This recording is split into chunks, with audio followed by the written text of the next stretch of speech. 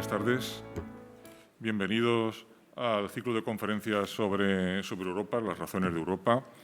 Hoy tenemos con nosotros al profesor Florentino Portero, que va a hablarnos sobre la invasión rusa de Ucrania desde una perspectiva europea. Y yo quisiera hacer una pequeña motivación. Y me voy a centrar seguramente en estos momentos más en los elementos económicos de esta invasión, y seguramente eso lo combinaremos más adelante con una perspectiva más de geopolítica. Y una reflexión que me gustaría hacer es que en los últimos 10 años la Unión Europea ha padecido 3 crisis consecutivas. 3 crisis que se corresponden con 3 tipos distintos de shocks. Desde un punto de vista económico, hemos tenido shocks financieros, shocks reales, shocks de demanda, shocks de oferta y shocks combinados. Los economistas nos estábamos preguntando qué podía pasar o qué pasaría en la Unión Monetaria si padecíamos un shock de carácter asimétrico, es decir, que un shock que afecta más a un país que a otro, porque teníamos unas políticas, dentro del policy mix macroeconómico, pues teníamos el Banco Central Europeo, que cuando actúa en función del conjunto de los países de la Unión, pero si unos países tienen efectos distintos por un shock, pues nos encontramos ante un problema importante, porque entonces tenemos que utilizar políticas nacionales que en muchos casos hay que coordinar, sobre todo políticas fiscales. Y nos preguntábamos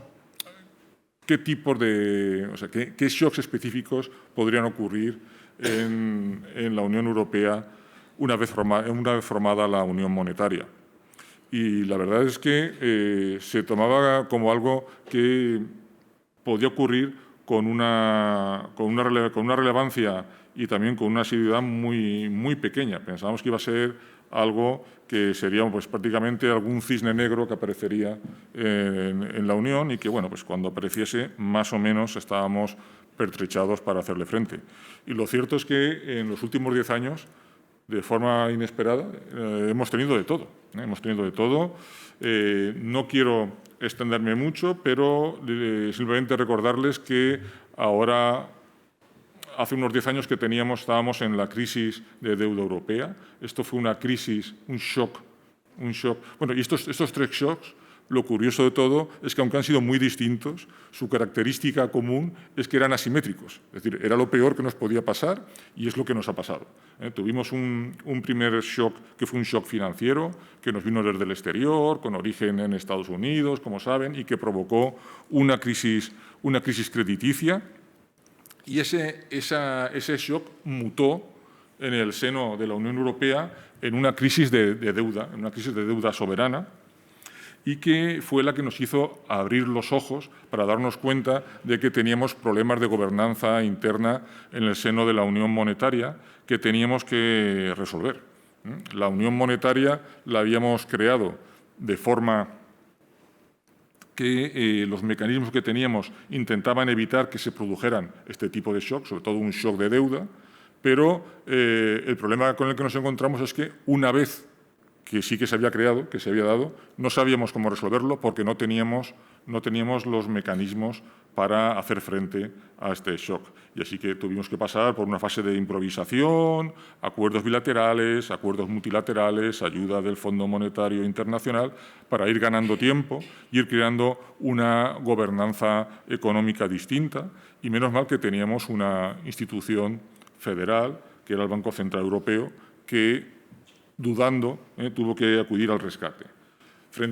Cuando estábamos ya solucionando ese shock, pero veíamos que la recuperación estaba siendo demasiado lenta, que había un peligro de lo que los economistas llaman un estancamiento secular, que tuviésemos un estancamiento a lo largo del tiempo, que el crecimiento tendencial en Europa fuese inferior al de otros países. Cuando nos estábamos planteando ese problema, nos vino un segundo shock. En este caso, un shock real. Era el shock de la pandemia del COVID-19, que es un shock muy complejo, porque es un shock de demanda y es un shock de oferta a la vez.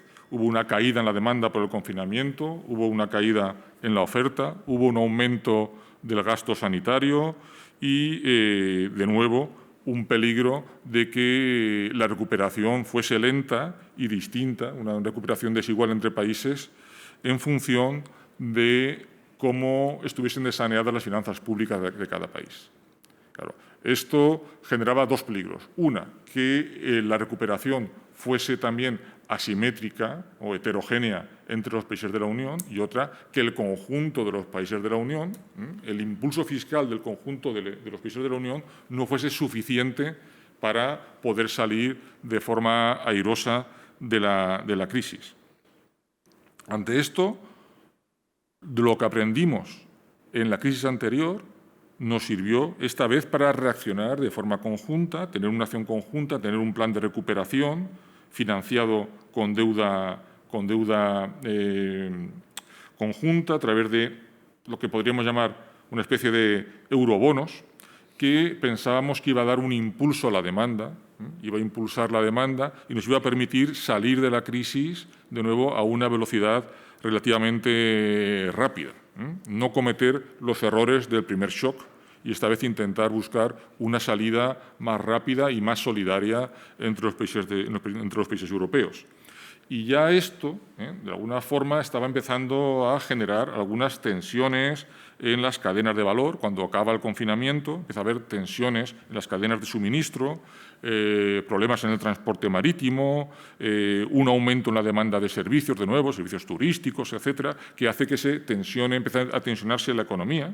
Y estábamos saliendo de la crisis con bastante incertidumbre y también con el comienzo de algunas tensiones inflacionistas. Pues bien, en ese momento es cuando nos hemos encontrado con el tercer shock a partir de la invasión de Ucrania por parte de Rusia en febrero del 22 y que es de nuevo un shock real, es un shock de oferta, en este caso un shock puro de oferta y que afecta más a la Unión Europea que a otros países en el conjunto en la escena mundial, bueno, pues porque nuestras relaciones comerciales son también mayores con Rusia que otros países y también afecta de forma distinta dentro de la propia Unión, afecta de forma asimétrica o heterogénea, porque dependiendo del grado de dependencia energética, valga la redundancia, de cada país, los efectos son mayores o menores. Y esto está generando dilemas importantes en la política económica en la Unión. Dilemas a nivel del Banco Central Europeo. El Banco Central Europeo, si quiere controlar estas tensiones inflacionistas, tiene que subir los tipos de interés, entonces está el peligro de generar recesión. Por lo tanto, tenemos un dilema entre inflación y recesión por parte del Banco Central. Y, por otra parte, tenemos también otro dilema, que es el dilema entre inflación, controlar la inflación y mantener la estabilidad financiera. Es decir, evitar otra crisis de deuda. Si eleva excesivamente el tipo de interés del Banco Central, puede hacer que para los países más endeudados se generen problemas de liquidez y de solvencia a medio plazo y, de nuevo, se estaría creando una crisis de deuda soberana en el seno de la Unión Monetaria. Por lo tanto, tiene el Banco Central que ir jugando dentro de estas aguas turbulentas para hacer frente a estos problemas, estos dilemas de política monetaria y de política económica que se le aparecen. Junto a esto, tenemos también un dilema de política económica para el conjunto de la Unión, que es decir, volver de nuevo a intentar controlar las finanzas públicas a través de políticas de consolidación, llamémosle austeridad, llamémosle consolidación, y frente a esto, pues realizar políticas de oferta, que implica también un aumento de la demanda a través de la inversión, que puede aumentar la productividad y el crecimiento a medio plazo, con lo cual sería positivo, pero que al mismo tiempo puede avivar las tensiones inflacionistas a corto y, bueno, pues de nuevo entramos entre el corto, el medio y el largo plazo en un dilema de política económica. Bien, pues al margen, estos son los problemas que nos ha traído o que ha exacerbado la invasión rusa de Ucrania. Y si miramos a las causas de esta invasión, al margen de los factores económicos, tendríamos que, por una parte, estarían elementos de carácter geopolítico, el propio renacimiento del nacionalismo ruso. No voy a entrar en ello en ningún detalle porque creo que de esto ya se va a hablar también a lo largo de la tarde. Otro elemento sería la propia crisis del mundo occidental, el nuevo orden económico internacional, la división del mundo que se había creado tras la Segunda Guerra Mundial, es la que va a entrar en crisis desde la caída de la URSS en el 91. Entramos en una etapa de mayor inestabilidad, las guerras del Golfo, desorden en Oriente Medio, migraciones masivas y la aparición de dos nuevas potencias como son Rusia y China, que se caracterizan por un nacionalismo creciente y por regímenes autocráticos. Un tercer elemento que podríamos citar aquí sería el propio estallido del proceso de globalización, con sus consecuencias sociales sobre el nacionalismo, la xenofobia, que va aumentando en muchos países occidentales. Y, de nuevo, también quizá un último elemento que quisiera citar es que ha faltado, a lo mejor, podríamos también entrar aquí en debate, una política clara de Occidente hacia Rusia.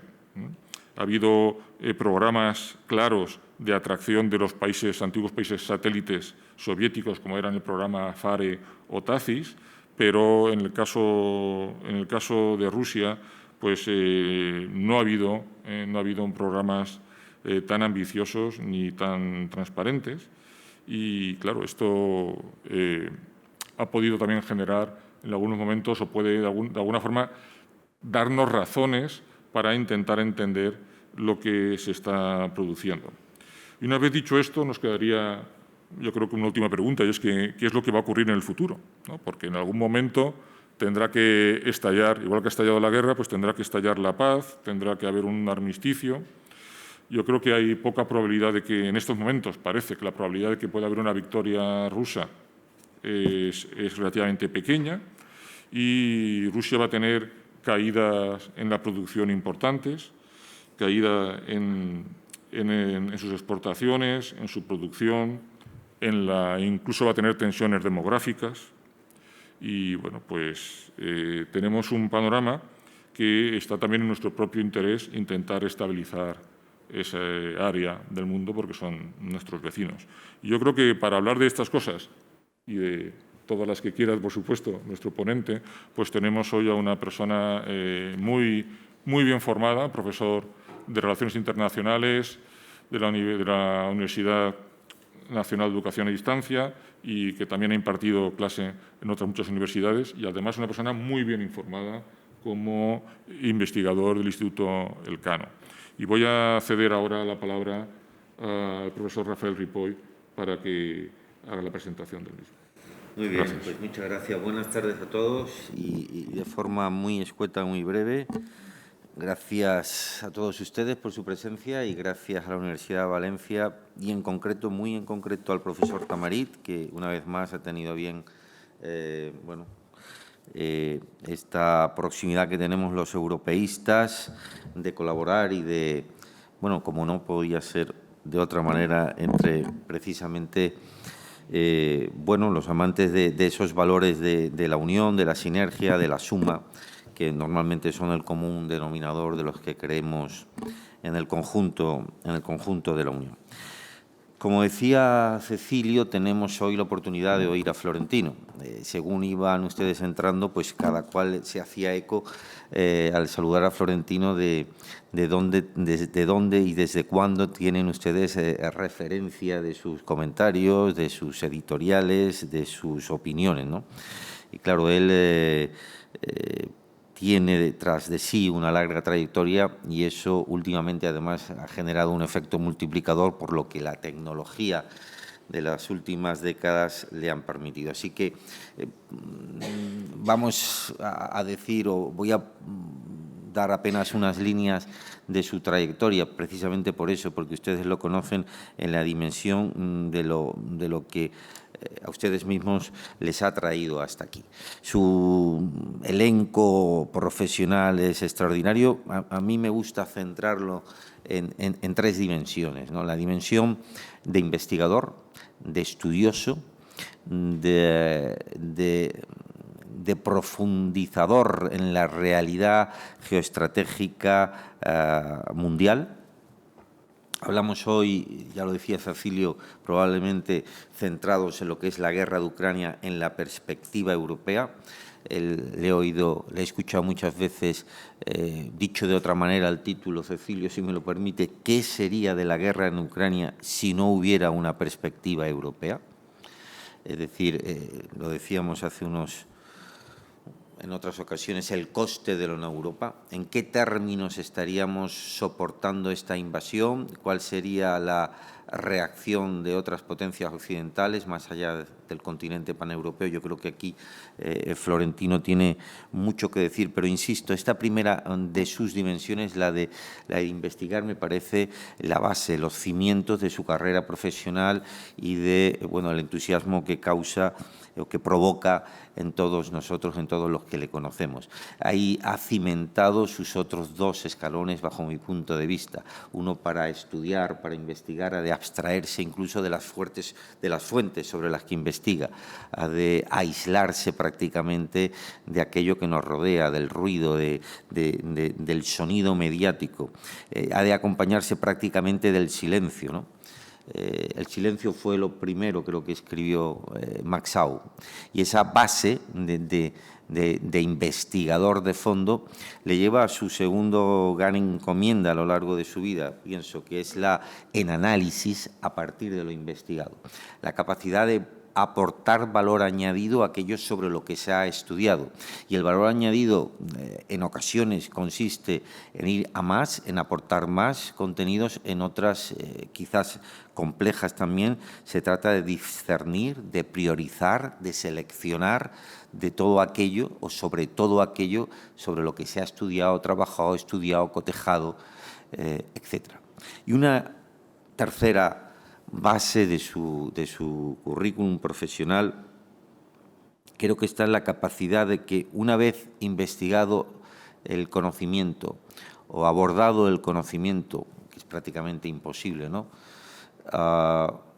Una vez analizado, y para ello su experiencia es un grado, priorizado y seleccionado y por lo tanto propuesta un análisis encima de la mesa, la capacidad didáctica de difundirlo, de divulgarlo, de hacerlo llegar, de hacernos partícipe de su pensamiento, independientemente de que coincidamos y en qué medida en él, ¿no? Al final es un gran transmisor de conocimiento, insisto, con la base en esa ardua investigación de fondo que, él nos decía el otro día que de algún aspecto más logístico-docente se acaba de jubilar, pero de la investigación permanece, y no hay más que oírlo, absolutamente al frente.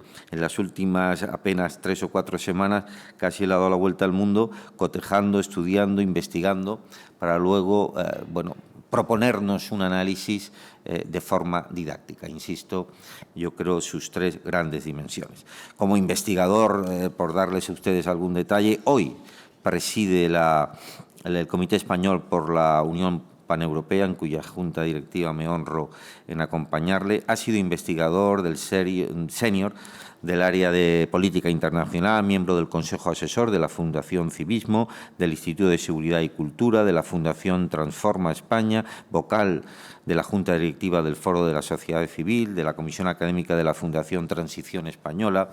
Como profesor, les decía, ¿no? esa dimensión didáctica. Hay un elenco de universidades a lo largo del mundo, la Queen Mary, Universidad de Minnesota, por supuesto la Francisco de Vitoria, Universidad de Alicante, profesor, como decía Cecilio, senior, asociado, investigador del Real Instituto Elcano. en definitiva, un elenco de propuestas, de peldaños que coinciden con cada uno de esas tres dimensiones, básicamente, que les he comentado. Hoy sigue siendo columnista del Debate, colaborador en el radio, miembro del Consejo Editorial de la revista La Ilustración Liberal, del Consejo Editorial de Cuadernos de la Guardia Civil, del Consejo Asesor de Revista de Libros y del Consejo, por ejemplo, asesor de la revista Pasado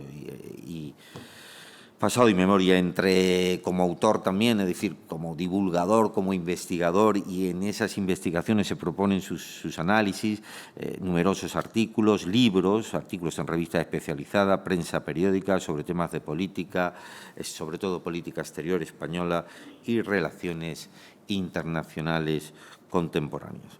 Insisto que al cabo de lo que Cecilio proponía, las incógnitas que nos abordan en cada paso de esta integración y de esta construcción europea, yo creo que tienen en Florentino un devorador de esas situaciones para, como hoy, hacernos llegar aquí en Valencia esta tarde sus propuestas, sus análisis, insisto, de forma didáctica, de tal forma que todos podamos, de alguna forma, ampliar nuestros conocimientos y nuestras sensibilidades al respecto de estos grandes debates que nos acompañan actualmente.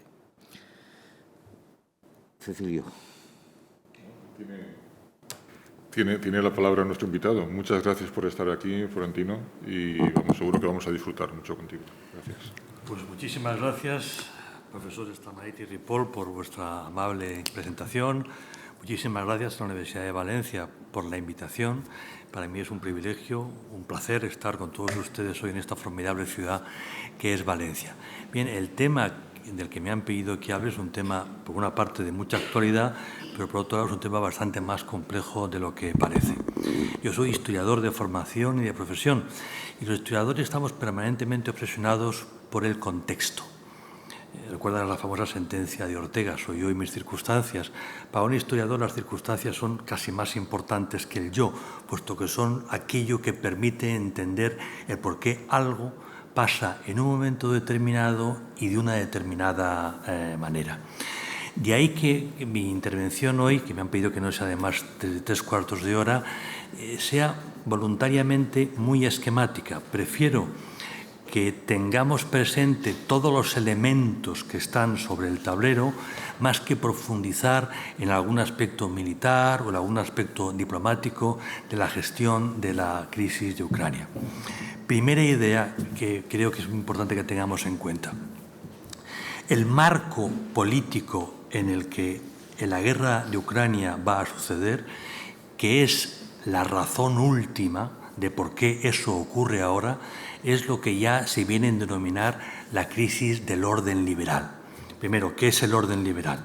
Conjunto de ideas, conceptos, principios, normas e instituciones que surgen tras finalizar la Segunda Guerra Mundial a iniciativa fundamentalmente de las potencias anglosajonas para evitar una nueva guerra. Es decir, para crear un marco en el cual las diferencias puedan ser medianamente gestionadas, podamos defender los valores fundamentales de Occidente, empezando por la dignidad de la persona humana, generar desarrollo económico, etcétera, etcétera.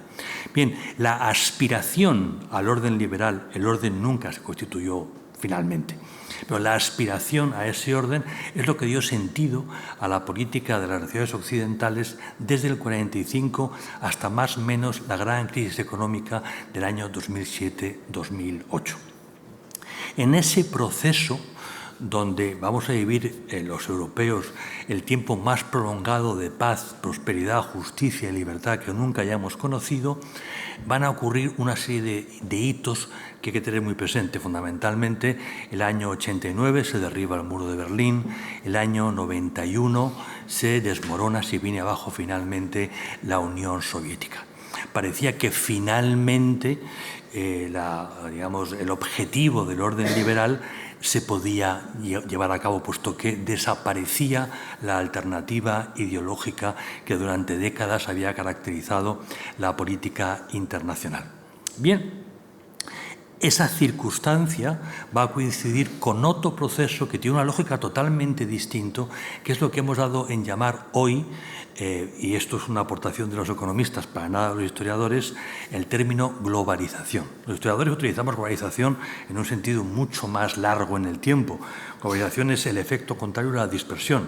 El Sapiens pasa mucho tiempo en África, el Sapiens sale de África y conquista el planeta, se dispersa, surgen las culturas, surgen los idiomas, surgen las religiones, y la tercera gran fase es cómo reconectamos las comunidades de Sapiens en todo el mundo. Es un largo proceso. Hoy día utilizamos globalización, insisto, en perspectiva básicamente económica, como el momento en que hemos conectado los mercados, gracias a avances muy importantes en el mundo de la ingeniería. Eso quiere decir que las ideas van y vienen virtualmente en el momento, ahora se dice en tiempo presente o en tiempo actual, igualmente viajan las mercancías, igualmente viajan las personas. Hemos conectado el planeta, hemos convertido el planeta en un patio de vecindad con lo que tiene de bueno y tiene de malo. La globalización, que se hace muy patente ya en la administración Clinton, es percibida en su primer momento como la fase de consolidación del orden liberal. Aunque, insisto, su origen, su lógica es distinta a la lógica diplomática que había detrás del orden liberal. Se piensa que conectando el planeta y habiendo ya solamente un modelo político de referencia, se generaría mucha más riqueza y, consiguientemente, iríamos asentando el proceso de consolidación de las clases medias. Bien, el hombre propone y Dios dispone, reza el dicho popular. La globalización no salió como estaba pensado. La globalización va a dar paso a un proceso de deslocalización empresarial que tiene una lógica empresarial perfectamente comprensible. Los empresarios producen, sacan los procesos productivos de un país más caro a otro más barato, primero para producir a menos precio y segundo para llegar a mercados que antes eran más complicados.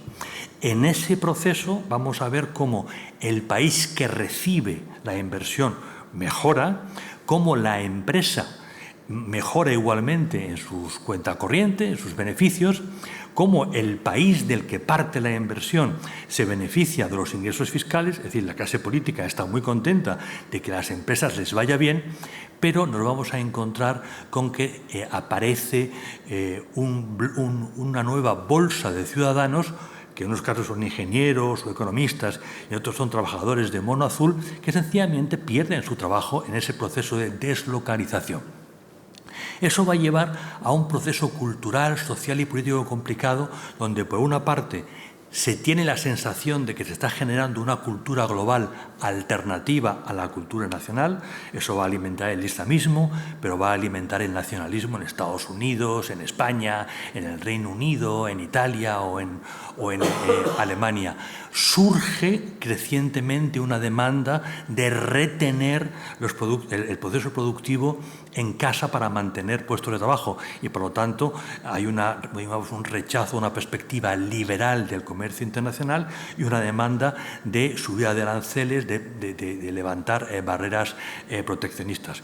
Por último, todo este movimiento va a generar nuevas fuerzas políticas cuya visión de la política internacional es radicalmente distinta.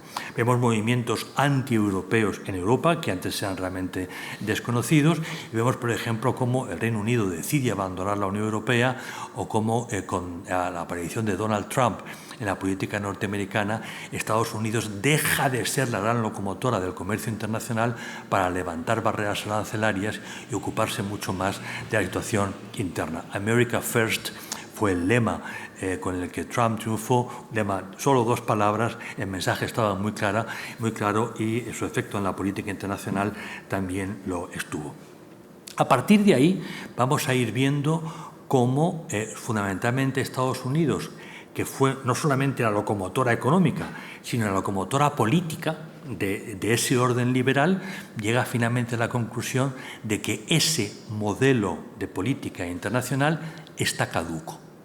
es un resto arqueológico de un mundo que está desapareciendo. Lo vemos en primer lugar en los 8 años de la presidencia de Barack Obama. Obama inicia ya un proceso hacia el aislamiento, no evidentemente en sentido estricto, sino más bien utilizando un término muy español, muy de la historia de la política exterior española, que es el término de retraimiento. Me voy quedando en casa, dejo de ocuparme de los problemas de los otros, salvo en aquellos casos que realmente afecten al interés nacional de los Estados Unidos. Si no, para nada intervenimos.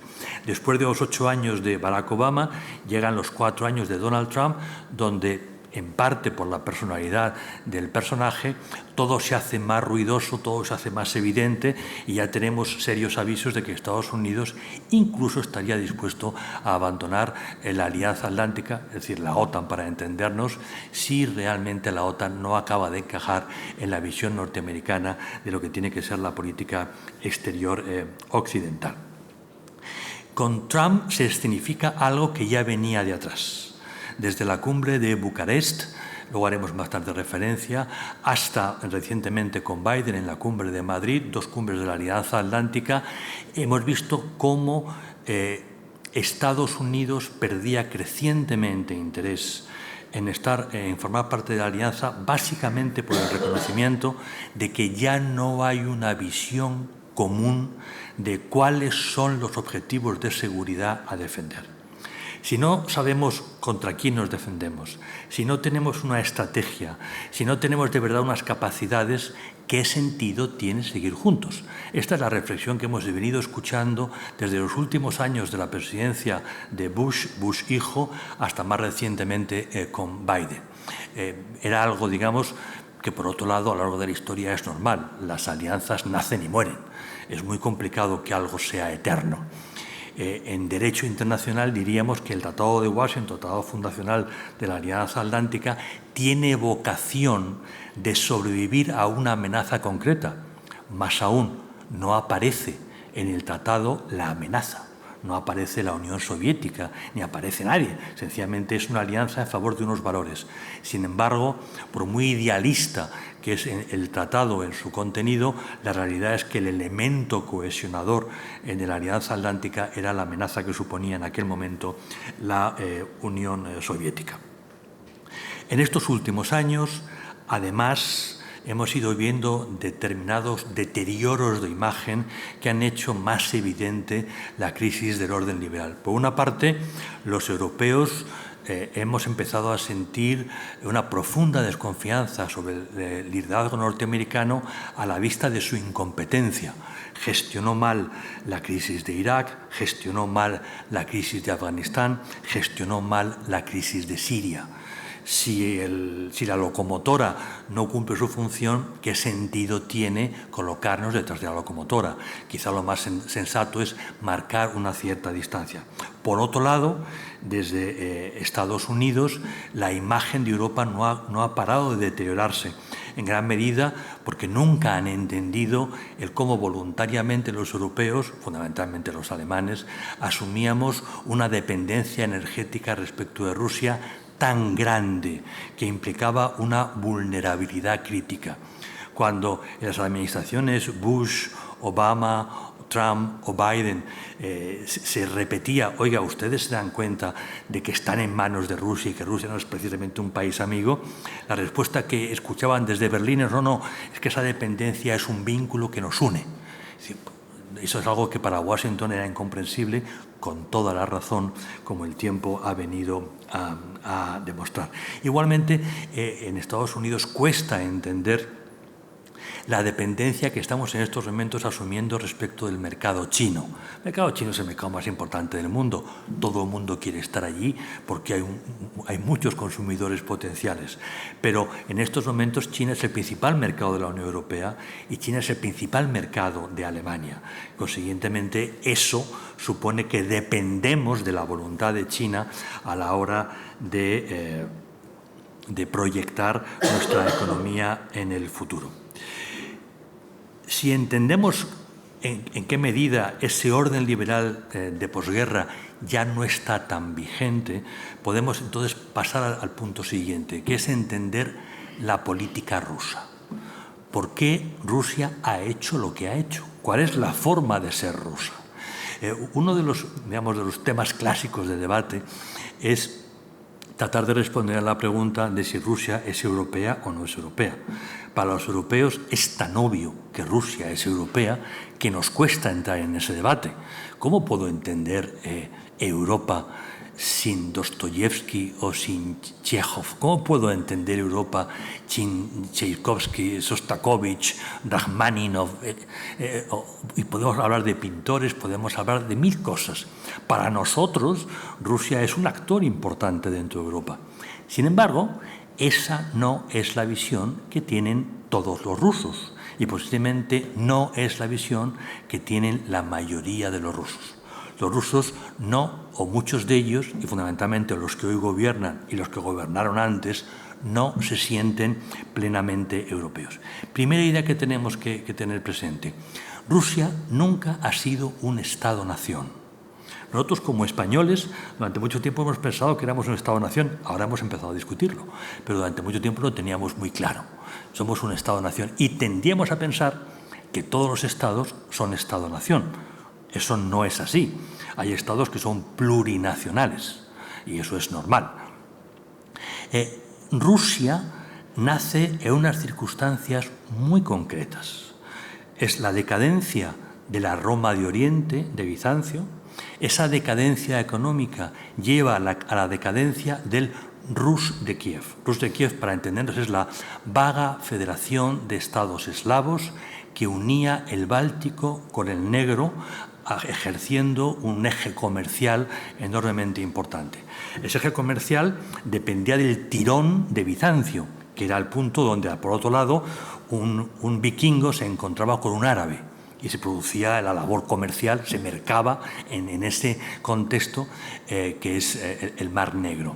Bien, en el momento en que Bizancio empieza a perder influencia tanto por los árabes como por los turcos, el Rus de Kiev se viene abajo. Cuando finalmente Bizancio cae, el Principado de Moscú decide asumir las banderas caídas. Se presenta como tercera Roma, hay una política matrimonial interesante, y a su vez se presenta como el heredero de Kiev. Por lo tanto, se presenta como el imperio. El Principado de Moscú pasa a llamarse Rus, tomando el nombre de Kiev. Por lo tanto, somos la federación, somos el centro.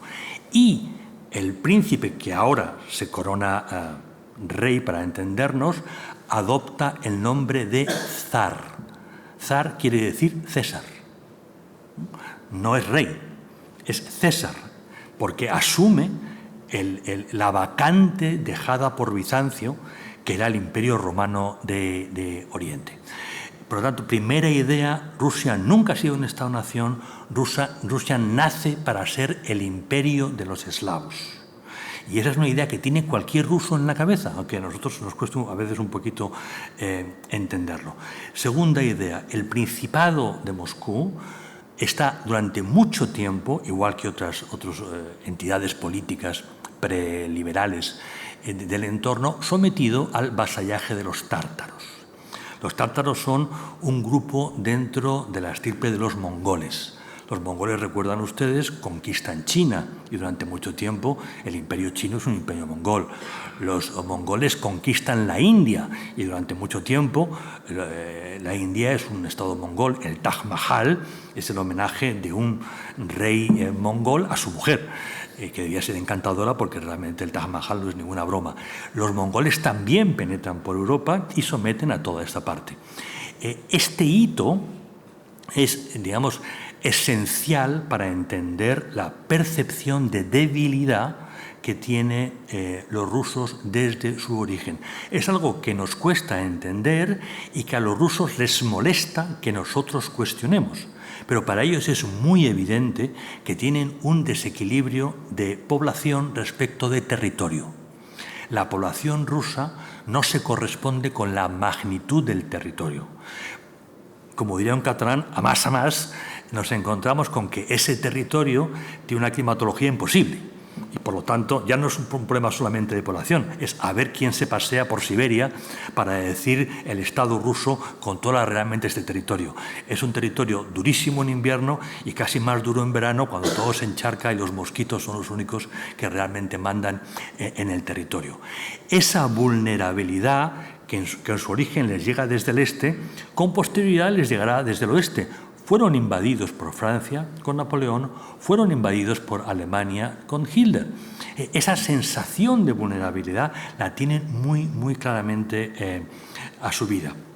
Igualmente tienen muy claro que la historia de Rusia es la historia de una montaña rusa, valga el juego de palabras.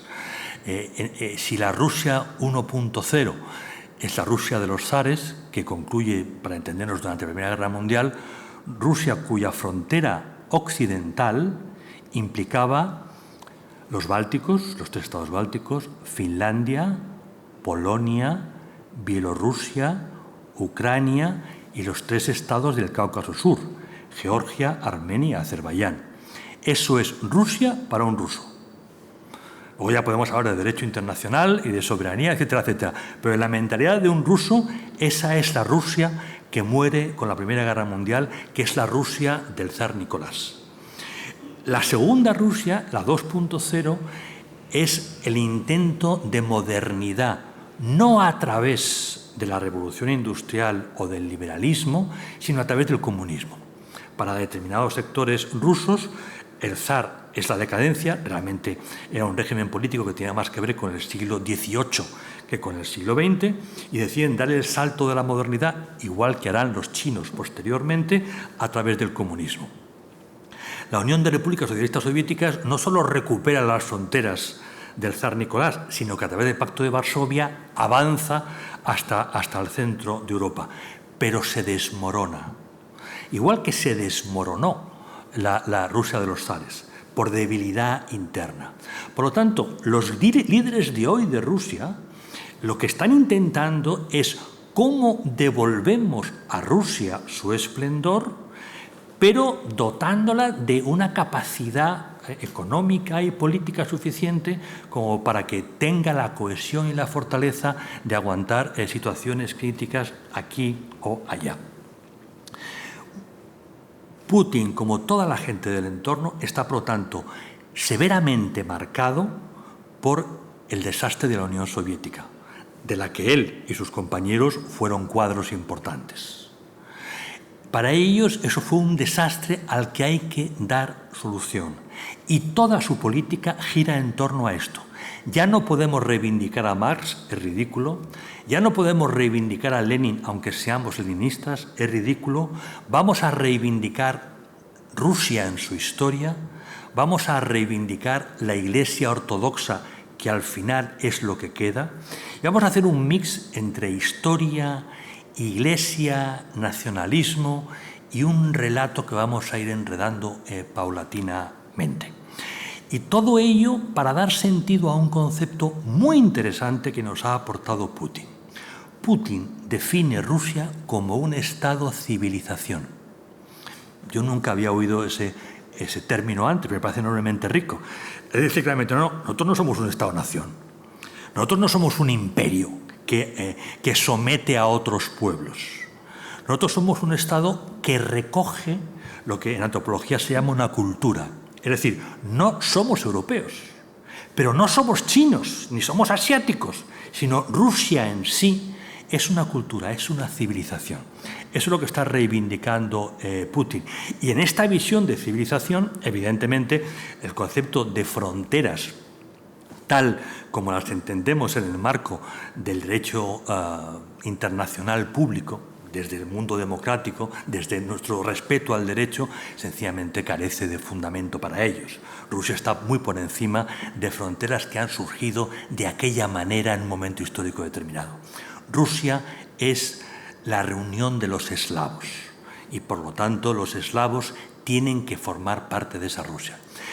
Rusia no es un país, digamos, jurídico, es decir, cuando hablamos de los eslavos tienen que reunirse en torno a Rusia, eso no quiere decir que tengan que renunciar a su Estado. A Rusia le importa un comino que Bielorrusia sea soberano o no. Lo que le importa es que acompasen sus políticas a la pauta que marque Moscú. Porque eso es poder en sentido clásico, no poder en sentido jurídico, que es el nuestro, que es reciente. El mundo eslavo, digamos, el mundo ruso, mejor dicho, o el mundo de estas élites políticas rusas, gira en torno a conceptos mucho más antiguos. Putin hereda de los zares y hereda de la URSS el miedo al contagio. Los zares tenían pavor al contagio del liberalismo democrático. Al fin y al cabo, el zarismo era una cosa que, digamos, tenía más sentido en el siglo XVIII que en el propio siglo XIX. Todavía había siervos, la aristocracia jugaba un papel muy importante, la revolución industrial solo tenía presencia en puntos muy concretos, no había cuajado. Había miedo a los efectos del desorden y los zares persiguieron a los liberales. Los comunistas levantaron un cerco de comunicación para evitar el contagio de las democracias europeas, porque tenían miedo al contagio. Putin y el mundo de Putin tiene miedo al contagio. Y aquí es muy interesante ver lo que ha sido la historia de los últimos años, en realidad desde la descomposición de la Unión Soviética hasta hoy. Putin sigue una evolución muy interesante. En un primer momento recoge una ruina política y una ruina económica. Y su objetivo es: tengo que poner la casa en orden. Si los cimientos están agrietados, difícilmente podré levantar un edificio sobre él. Y se dedica a los cimientos, en clave rusa, pero a los cimientos. Y se acerca a Occidente y busca un entendimiento. Es el momento en que la Alianza Atlántica invita a Rusia a entrar en el edificio. Durante años, Rusia ha tenido metros cuadrados en la sede central de la OTAN, ha tenido embajador, ha tenido cuadros, no estaba en todas las reuniones, pero era informado, y había un intento de acercamiento por ambas partes. Hasta que paulatinamente el mundo de Putin, no solamente él, se da cuenta de lo mismo que se dieron cuenta los teóricos de la Unión Soviética. Siempre hay que citar a Gromyko, porque Gromyko es fundamental, pero Ponomaryov fue otro hombre muy importante para entender todo aquello.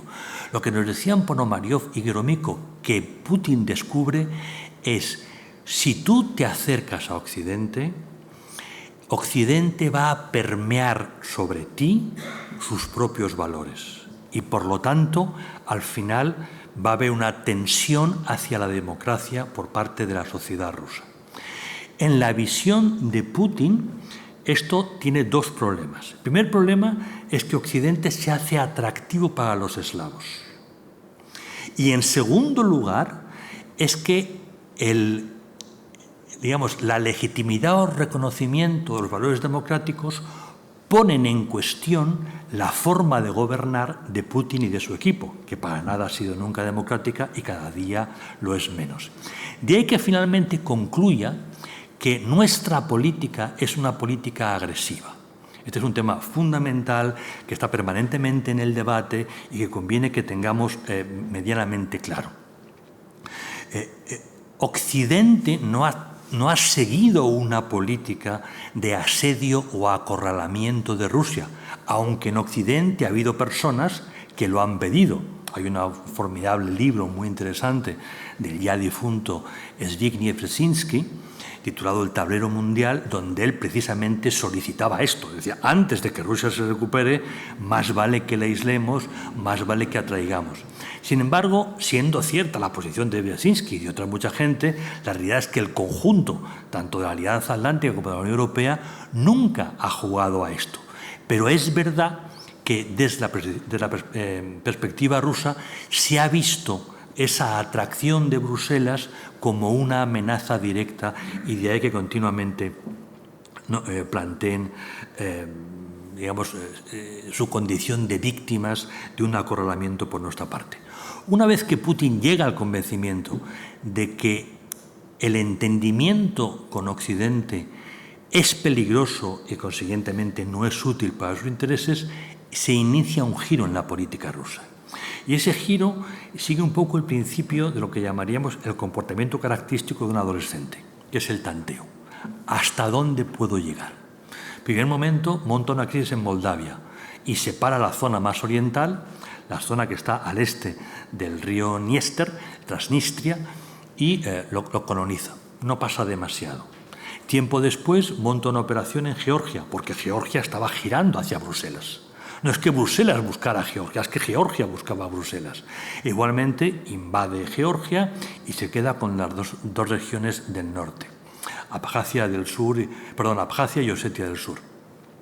En el año 14 toma Crimea, en el año 15 toma el Donbass. Este año se inicia. Va iniciando un proceso viendo qué reacción hay y como va comprobando que la reacción es limitada, la relación coste-beneficio le indica que debe continuar esa posición porque los costes son perfectamente asumibles. Finalmente, todo ello va a concluir con la quiebra del denominado Consejo OTAN-Rusia, de la presencia de Rusia en el edificio de la OTAN y claramente la opción por parte de Rusia por mantener una política claramente de enfrentamiento. En este juego, Europa no ha sabido estar a la altura de las circunstancias, no porque lo que haya hecho esté mal, sino fundamentalmente por lo que no ha querido ver o por lo que no ha sido capaz de ver. Vamos a centrarnos en cosas muy concretas. En primer lugar, tanto en el Tratado Fundacional de la Alianza Atlántica, Tratado de Washington, como el Tratado de la Unión Europea, que como ustedes saben retocamos continuamente, mantenemos un principio que es muy nuestro, que refleja mucho nuestra forma de entender la política, que es el principio de puertas abiertas. O sea, nosotros creamos un club y a partir de ahí establecemos un reglamento. Y lo que decimos es, bueno, si alguien quiere entrar, estas son las condiciones. Pero en principio no es un club cerrado más allá del marco geográfico. Las condiciones básicamente son tres. Uno, estar en el marco geográfico oportuno. Dos, ser una democracia y que se pueda comprobar. Y tres, tener unas fronteras seguras. Uno no puede llegar a un club sin tener resuelto el tema de sus fronteras, porque si no lo que hace es trasladar su problema al común, y eso no es una buena idea. A partir de aquí, nosotros hemos ido ampliando la Alianza Atlántica y la Unión Europea según la gente llamaba a la puerta. En ambos casos había unos procesos para comprobar que se daban las condiciones oportunas e iban entrando. Hemos seguido, por lo tanto, en un tema muy importante de política internacional, una actitud característica de un funcionario. Yo tengo aquí un reglamento, si se cumple, está bien, y si no se cumple, no está bien. Como si la política internacional tuviera algo que ver con reglamentos. O sea, la política internacional la tienen que hacer los políticos, no los funcionarios. No se puede ampliar Europa hacia el este, no se puede ampliar la Alianza Atlántica hacia el este sin valorar sus consecuencias, porque no era difícil valorar sus consecuencias. Sencillamente, nuestra Europa posmoderna da por sentado que la paz está garantizada, que la paz es un derecho y actuamos siguiendo únicamente la normativa. Evidentemente somos un espacio civilizado, el derecho es civilización, el derecho es fundamental, pero el derecho solo no es suficiente. Hay otros elementos que hay que tener muy en cuenta. Lo lógico hubiera sido que si nosotros aceptábamos la ampliación hacia el este a petición de parte, estableciéramos un principio de disuasión para impedir que Rusia pudiera actuar. Es ingenuo avanzar hacia el este sin establecer un principio de disuasión, porque sencillamente estamos tocando las narices a los rusos sin establecer un mecanismo que impida a Rusia reaccionar en un momento determinado, como ha venido ocurriendo desde la crisis de Moldavia. Creo que no es exagerado decir que después de décadas en las que Europa ha sido un protectorado norteamericano, los europeos nos hemos acostumbrado a trabajar en un entorno muy europeo y hemos perdido sensibilidad sobre lo que es el ejercicio del poder en política internacional. Y eso se ha notado en cómo en cómo de mal hemos gestionado la crisis, no porque nos equivocáramos, sino por todo lo que no hemos hecho, por no entender de verdad las consecuencias de nuestros actos. Hay una serie de momentos en esta situación que conviene tener en cuenta. Uno es, hice antes referencia, no hice antes referencia, perdón, es el famoso Memorándum de Budapest del año 1994. En el 91, 3 años antes, se ha disuelto la Unión Soviética. De los estados que formaban la Unión Soviética, el primero que aprueba un referéndum de independencia es Ucrania. Y Rusia acepta perfectamente la soberanía de Ucrania. Pero se plantea un problema, y es qué se hace con todo el armamento nuclear que estaba depositado en territorio ucraniano, porque Ucrania era vanguardia de la Unión Soviética en su referencia a la OTAN. Por lo tanto, Ucrania estaba, digamos, cargadita de material, de misiles, de cabezas nucleares, etcétera, etcétera. Y en la ciudad de Budapest se firma un memorándum entre las partes, por Rusia, por Estados Unidos, donde Ucrania se compromete a entregar todo ese armamento a Rusia, pero Rusia y los otros estados se comprometen a validar o a vigilar la soberanía de Ucrania. O sea, no solamente Rusia reconoció en su momento que Ucrania era soberano, sino que a continuación se comprometió a proteger especialmente esa soberanía, igual que los restantes estados. Una de las cosas que estamos aprendiendo es que con nuestros actos involuntariamente estamos alimentando la carrera nuclear, porque aquellos estados que renuncian al arma nuclear finalmente se hacen vulnerables y pierden soberanía. Es el caso de Ucrania, es el caso de Irak, es el caso de Libia, y quizá podemos jugar con algún otro caso importante que está ahí. Eso está animando a otros estados, Corea del Norte o Irán, a dotarse de armamento nuclear, porque finalmente es la única garantía de que te van a respetar, sobre todo cuando tu régimen político no es el más ejemplar de entre los posibles. Bien, en ese momento teníamos que haber entendido perfectamente la dimensión que tenía ese documento, pero la verdad es que lo olvidamos muy pronto. En el año 2008 se produce en Bucarest una cumbre de la Alianza Atlántica, una de las más importantes, y posiblemente la cumbre donde se dio una mayor tensión política. Los norteamericanos estábamos en los últimos años, pues fue entre el último año del presidente Bush. Lo que Bush dijo en ese momento, en reunión cerrada, fue si no incorporamos en breve a Ucrania a la Alianza Atlántica, Rusia invadirá a Ucrania en un tiempo muy breve. Creo que habló de en torno a 10 años, porque Rusia está ya en ese proceso. Entonces tenemos que tomar una medida, la que sea. O decidimos que esta zona es neutral, o incorporamos a Ucrania a la Alianza Atlántica, pero tenemos que fijar una posición. No hubo respuesta a Estados Unidos, y a partir de ahí, no ya el presidente Bush, que estaba a la final, sino Estados Unidos perdió en gran medida su interés por la Alianza Atlántica. Ya hemos comentado antes las posiciones de Obama y la posición de Trump. El presidente Biden, actual presidente de Estados Unidos, hace un año viajó por Europa. Era su primer gran viaje después de alcanzar la Casa Blanca. El mensaje que nos dejó fue muy claro. Era un mensaje que matizaba el mensaje previo de Trump. Lo que nos decía es, miren, Estados Unidos se va a concentrar en lo que entendemos que es la amenaza por excelencia, que es China. Por lo tanto, vamos a concentrarnos en el espacio Indo-Pacífico. Ustedes, los europeos, tienen que ocuparse del tema ruso. Rusia va a crear problemas. Rusia a Estados Unidos no nos va a crear ningún problema, nos importa un comino. Rusia es un problema para los rusos y es un problema para los vecinos de Rusia, pero para Estados Unidos no. Por lo tanto, hagamos un reparto. No les voy a pedir a ustedes que vengan al Indo-Pacífico a reforzar nuestras flotas, ya sé que ustedes no tienen mucho interés, pero hagan el favor de unirse y fijar una posición respecto de Rusia. Eso no ocurrió. De ahí que una vez iniciada la invasión, la posición de Biden haya sido muy contundente, con unos europeos cabizbajos, sabedores de todo lo que no han hecho y tenían que haber hecho, y por lo tanto muy dispuestos, porque no les quedaba más remedio, a asumir el dictado norteamericano tanto respecto de la política a seguir como de la redacción última del documento firmado en Madrid, el concepto estratégico de la OTAN del 2022, que es la estrategia nueva de la Alianza Atlántica. Un documento que no gusta nada a los europeos, pero que para Estados Unidos o se firmaba o se acabó el juego. Su paciencia ya no aguantaba mucho más. ¿Por qué Rusia ha atacado en este momento? Rusia venía desde tiempo atrás preparando la operación. Pero ¿por qué ahora?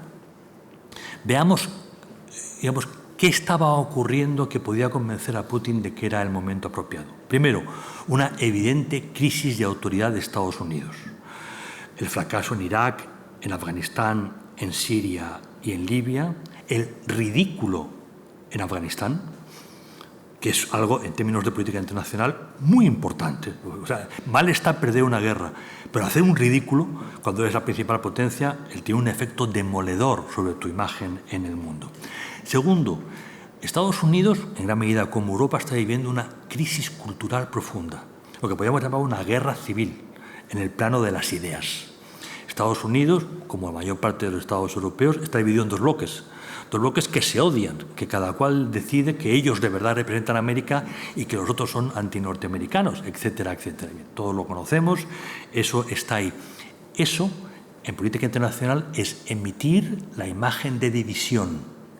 Por lo tanto, una sociedad rota no es una sociedad que en política internacional pueda mantenerse cohesionada. Es una posición débil. Tercero, algo que también afecta a la imagen, pero ¿de qué manera? El asalto al Capitolio. Eso es algo... Si Estados Unidos era el país de la, digamos, continuidad, es la primera democracia, en primer lugar. Primero es una colonia, pues es la primera democracia.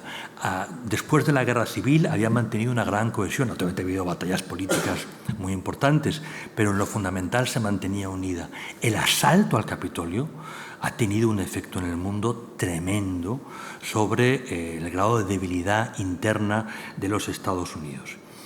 En paralelo, en Europa lo que estaba ocurriendo es que había elecciones en Alemania y en Francia, seguidas, que son las dos capitales, los dos estados más importantes de Europa.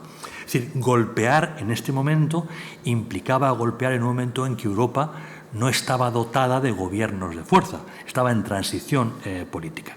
Tercero, la dependencia energética. Ellos tenían muy claro que Alemania no sería capaz de liderar una respuesta contundente contra Rusia por su crítica dependencia energética. Más aún en un entorno post-COVID, donde la economía no pasaba ni mucho menos por su mejor momento. Y, por último, pero no es menor, algo que a los europeos a veces les sorprende, pero que es, digamos, una idea que te repiten tanto en Moscú como en Beijing. Europa está en una profunda decadencia moral. Europa es el epítome de la decadencia. Por lo tanto, hagamos lo que hagamos, Europa no va a hacer nada, porque Europa ya no es capaz de hacer nada. Esta es una idea que tenían perfectamente clara en sus cabezas, tanto los líderes rusos como los líderes chinos. ¿Qué busca Rusia con esa invasión? En primer lugar, y así lo dijeron justo antes de la invasión, en una negociación diplomática con dos documentos sobre la mesa muy importantes, replantear el sistema de seguridad europeo. Los rusos exigían que los norteamericanos se replegaran, tanto en cuanto a armamento nuclear, todo fuera del continente europeo, como en cuanto a tropas y capacidades. Las tropas y capacidades tenían que girar o tenían que desplazarse hacia el oeste, pero no estar en la frontera con Rusia. Segundo, un claro replanteamiento del orden liberal. Para esto, a todos aquellos que les interese la política internacional, les recomiendo la lectura de un texto fantástico, que es la declaración conjunta firmada por Putin y por Xi Jinping el 4 de febrero en Beijing, a propósito del viaje que hace Putin, porque son las Olimpiadas de invierno en China. Es un texto largo en el cual se explica perfectamente la posición de las potencias antidemocráticas sobre el futuro del sistema político internacional. reivindicando que tanto Rusia como China son democracias, argumentando que depende de la cultura, la democracia tiene que entenderse o funcionar de una manera u otra, que el modelo occidental no es el modelo, etcétera, etcétera. Es un texto fantástico si queremos entender qué busca la otra parte. Y está perfectamente ahí. En tercer lugar, lo que busca Putin es romper Ucrania, anexionarse, desde luego, la orilla oriental del río Dnieper o Dnipro en ucraniano, y muy posiblemente cegar el acceso de Ucrania al mar, tomando Odessa y desde Odessa avanzar hacia la frontera con Moldavia.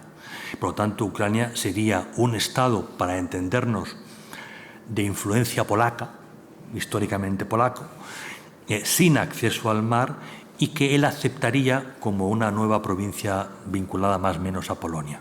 Pero ya no sería la Ucrania de Kiev, la Ucrania del Rus, la Ucrania histórica de los eslavos.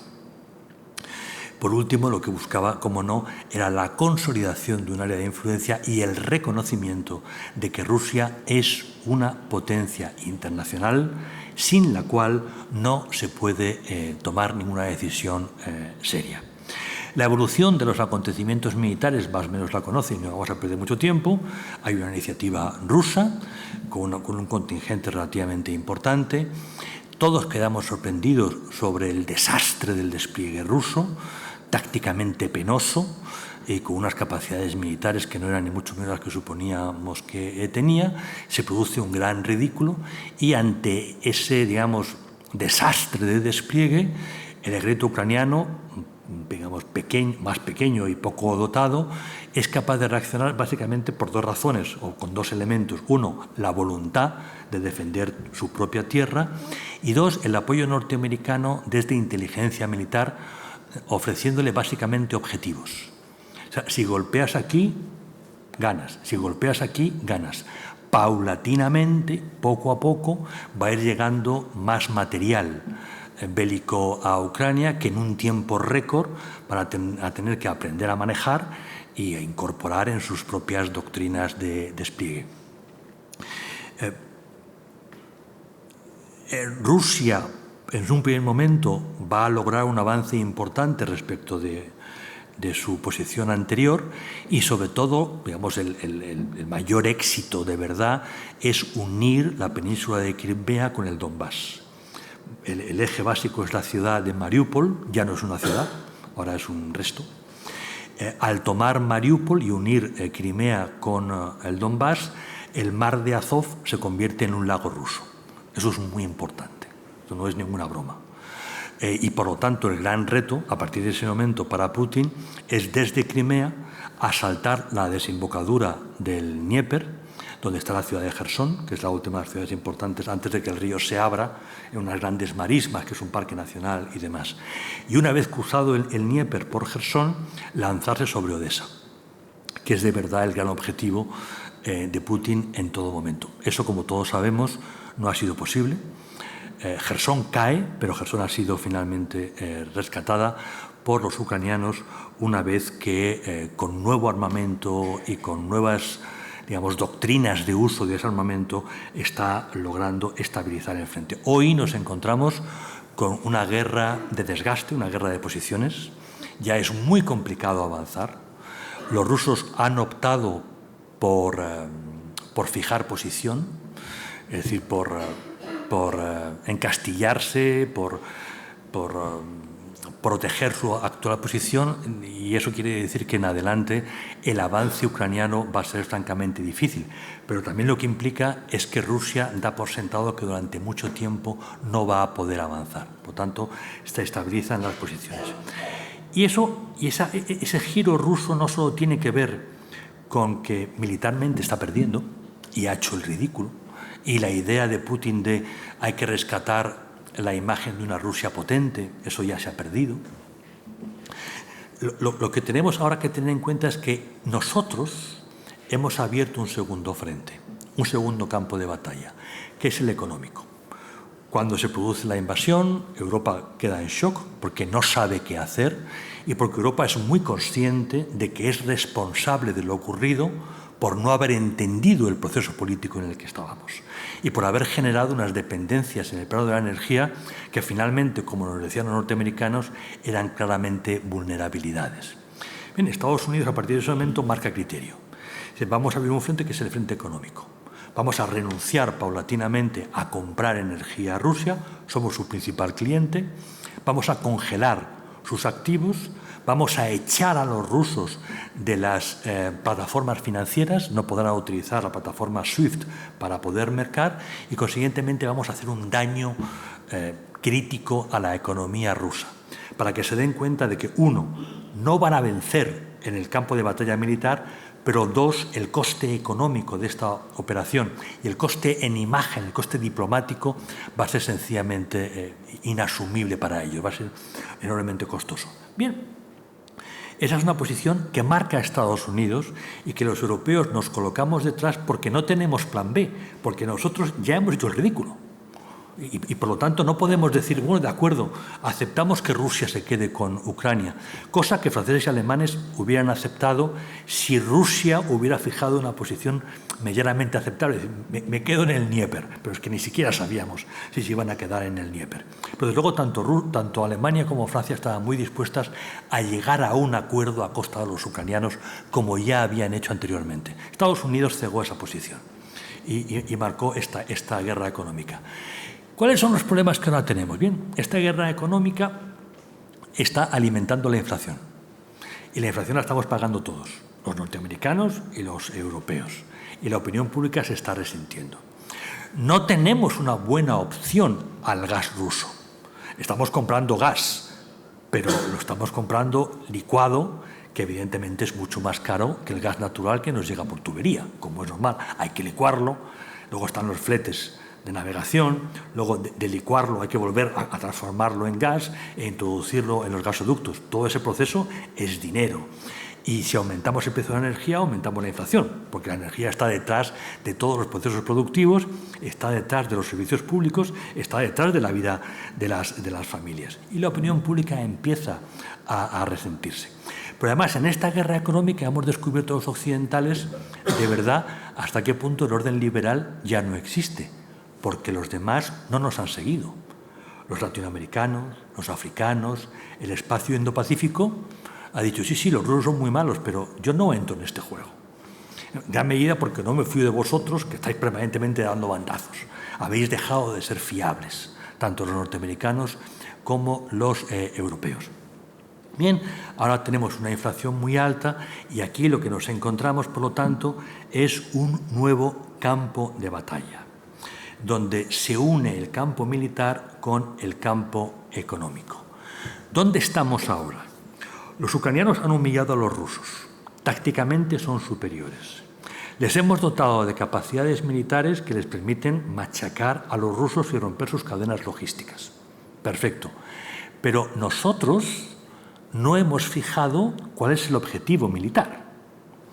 En Madrid, en la declaración conjunta, no en el concepto estratégico, se habla de recuperar todo el territorio de soberanía. Pero eso implica Crimea.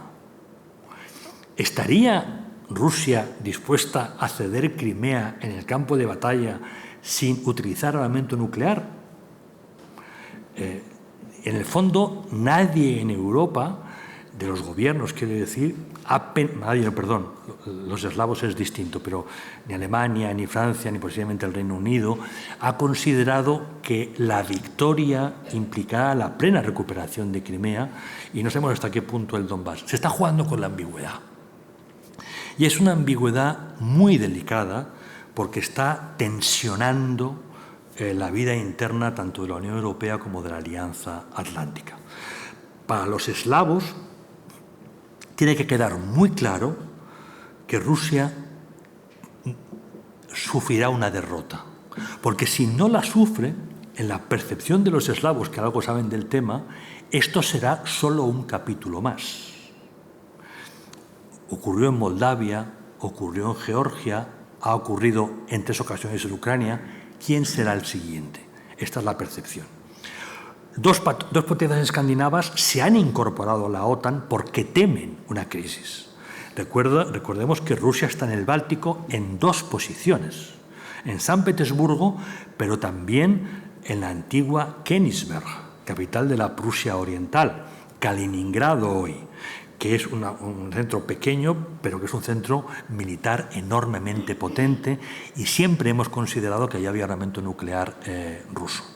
Por lo tanto, el Báltico está muy nervioso por todo esto y necesita que quede muy claro que Rusia tiene que sufrir un castigo tal que le desanime a nuevas aventuras.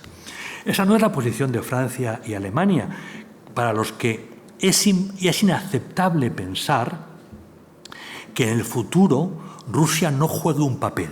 En el fondo, lo que están deseando es que los rusos echen a Putin, que se haga un parapachún y a partir de ahí se pueda reconstruir las relaciones con Rusia, incluido el suministro de energía. Bien, en esa tensión estamos ahora. Pero es una tensión que a su vez provoca nuevos debates entre nosotros. Brevemente, uno, la Europa posmoderna se ha desvanecido. El sueño de la razón, de que hayamos consolidado la paz, de que la paz es un derecho, ya ha quedado fuera de juego. Existen los intereses, existe el poder, existe la violencia. Y Rusia lo ha utilizado, lo está utilizando, no va a vencer, pero puede no perder. Y si acaba en tablas la situación, Rusia queda con margen de maniobra. Estamos viendo cómo dentro de Europa la desconfianza de eslavos y escandinavos respecto de Alemania y Francia no para de crecer. Tiene raíces muy profundas, pero lo que está ocurriendo alimenta prejuicios que son muy antiguos y que debilitan la posibilidad de desarrollo de la Unión Europea hasta convertirse en un actor internacional. Para la Unión Europea, ser actor internacional, es decir, dotarse de acción exterior, es una necesidad una vez que ya tiene política monetaria y económica. Pero lo que es necesario no siempre es posible. Y en estos momentos, digamos, lo que estamos descubriendo los europeos es que no compartimos visión sobre lo que Europa debe ser en el ámbito internacional. La crisis económica está haciéndonos daño. Y ya estamos viendo cómo, sobre todo en el centro de Europa, hay crecientemente manifestaciones de gente que dice no tiene sentido para nosotros apoyar a Ucrania como lo estamos haciendo, porque ese es un interés norteamericano, no es nuestro.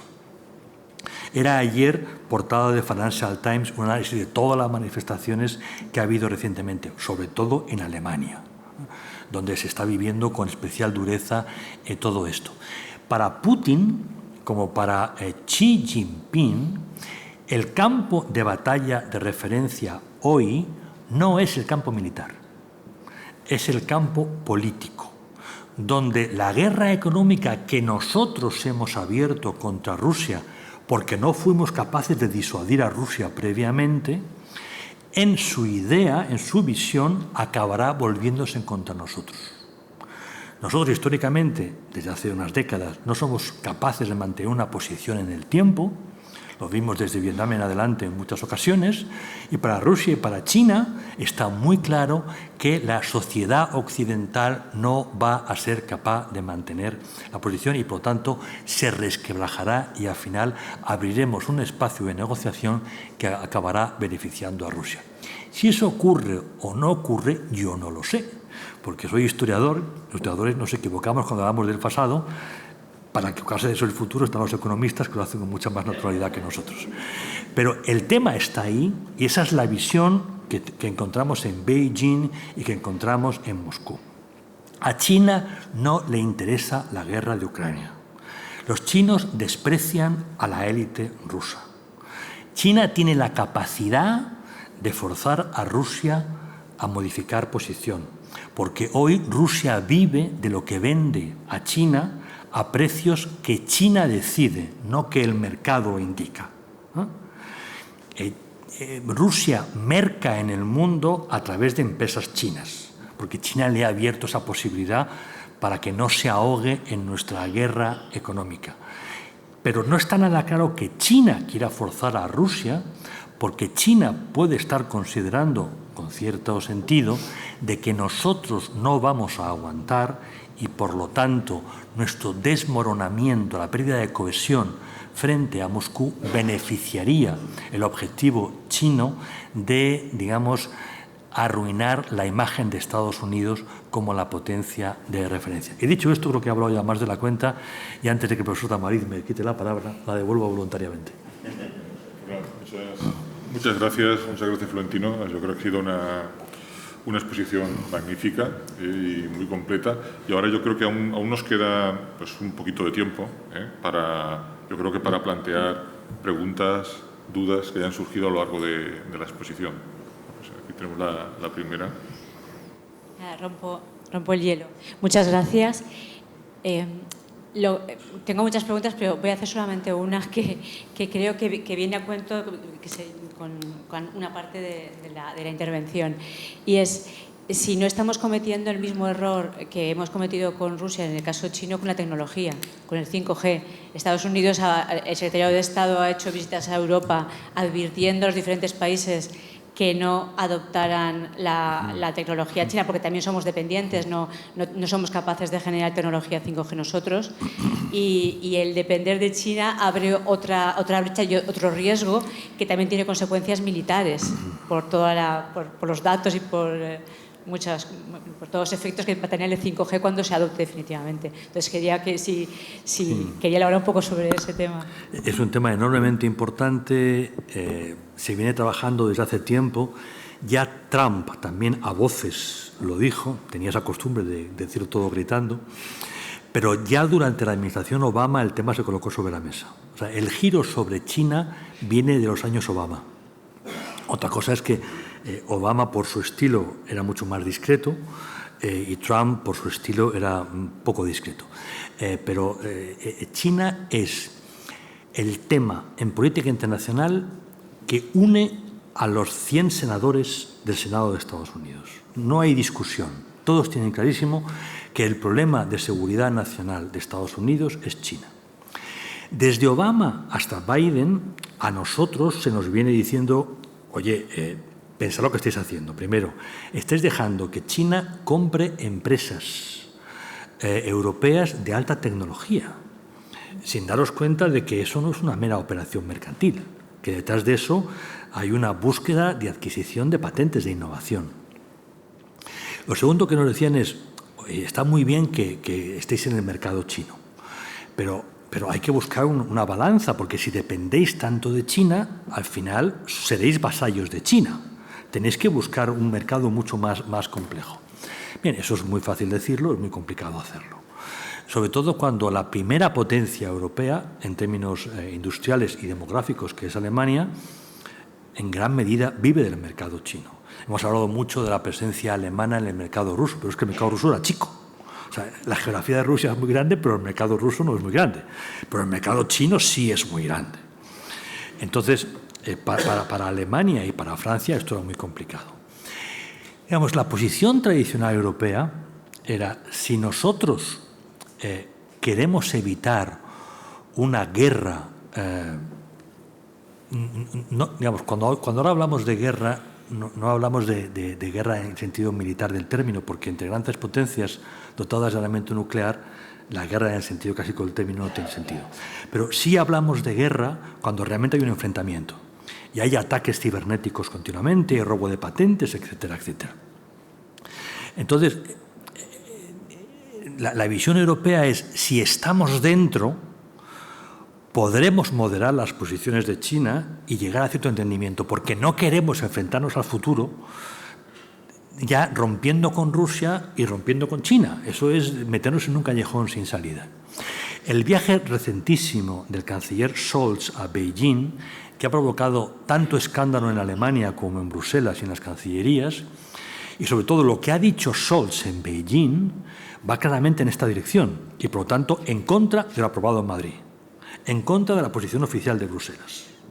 Nosotros lo que decimos, y lo hemos puesto por escrito, y es un tratado, es un documento oficial, es que China es un reto sistémico. Es decir, no es una amenaza a un territorio, es una amenaza a un orden internacional. Y una forma de entender la convivencia.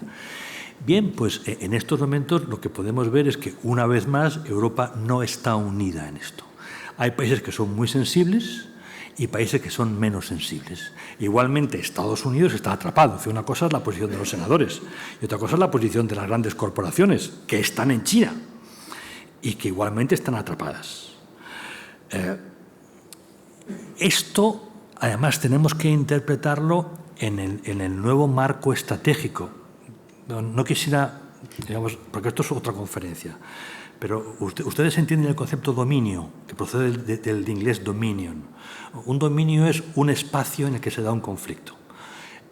El tierra, mar y aire son dominios históricos. Durante siglos solamente había tierra, luego se abre el mar, primero cabotaje, luego más abierto. En la Primera Guerra Mundial aparece el espacio aire, aparece la aviación, que ya en la Segunda Guerra Mundial es muy potente.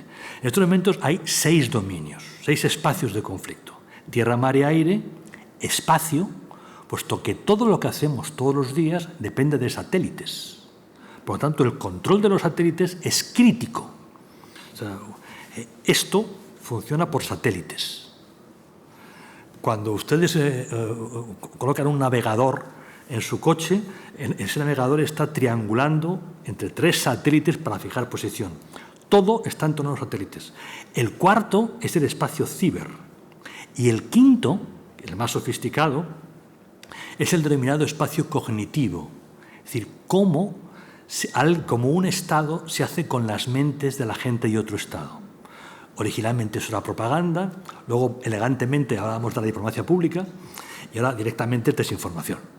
O sea, cómo a través de las grandes plataformas, a través de los canales de televisión y demás, se conforma una opinión pública en función de los intereses de un Estado soberano. Bien, la guerra hoy se da fundamentalmente en el cuarto y en el quinto. Y es una guerra continua. Es decir, el conflicto está abierto. Por eso tenemos un problema en derecho. Cuando hablamos del Tratado de Washington, el famoso artículo 5, todos los días sufrimos agresiones militares, porque un ataque cibernético es una agresión militar. Pero no activamos el artículo 5 porque eso sería abrir un frente en el sentido militar clásico. Entonces estamos atrapados entre una referencia jurídica que es anacrónica y una realidad de una tecnología que evoluciona a velocidad de vértigo y que nos lleva a combatir de una manera muy distinta. China ha vaciado nuestros servidores de información, tanto tecnológica como de otro tipo. Hoy los datos son el mayor elemento de riqueza del mundo. Quien tiene los datos puede gestionarlos, puede venderlos, puede gestionarlos y genera riqueza. Y es ahí donde estamos jugándonosla. Y evidentemente estamos los europeos un poquito fuera de juego. Por una parte reconocemos que China es un reto sistémico, pero las posiciones son nacionales y todas ellas van por detrás de los acontecimientos. ¿Más preguntas? Yo pertenezco al colectivo de europeístas incautos que creían que a la Unión Monetaria seguiría la Unión Política. No sé qué es lo que impidió, una vez cae la Unión Soviética, pensar en que fuera integrada a esa Unión Europea, aunque fuera todavía monetaria de alguna manera. No sé qué es lo que lo impidió, pero aunque hubiera sido solo para evitar las barbaridades que ocurrieron en Europa en el siglo XX, para evitar el renacimiento de los nacionalismos que tantas barbaridades ocasionaron, parece que era una cosa de cajón que se hubiera podido hacer, y más si la Unión Soviética o la Rusia posterior lo solicitaba, ¿no? Y aprovecho que he cogido el micrófono también para preguntarle, ¿es imaginable que una Rusia post-Putin pudiera seguir ese camino de integración en la Unión Europea? En su momento se planteó y se discutió la posibilidad de que Rusia se integrase en la Alianza Atlántica, que era un tema más fácil que la Unión Europea, que es mucho más complicado. Ya hemos visto cómo en un momento determinado Rusia tantea y finalmente Rusia se da cuenta de que no le interesa. Rusia no ha solicitado el ingreso en la Unión Europea por la misma razón que rechazó la oferta de incorporarse al Plan Marshall.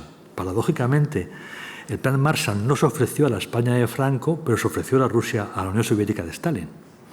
Y lo rechazaron, porque se dieron cuenta que suponía integrarse en un modelo económico que era contrario a su visión política.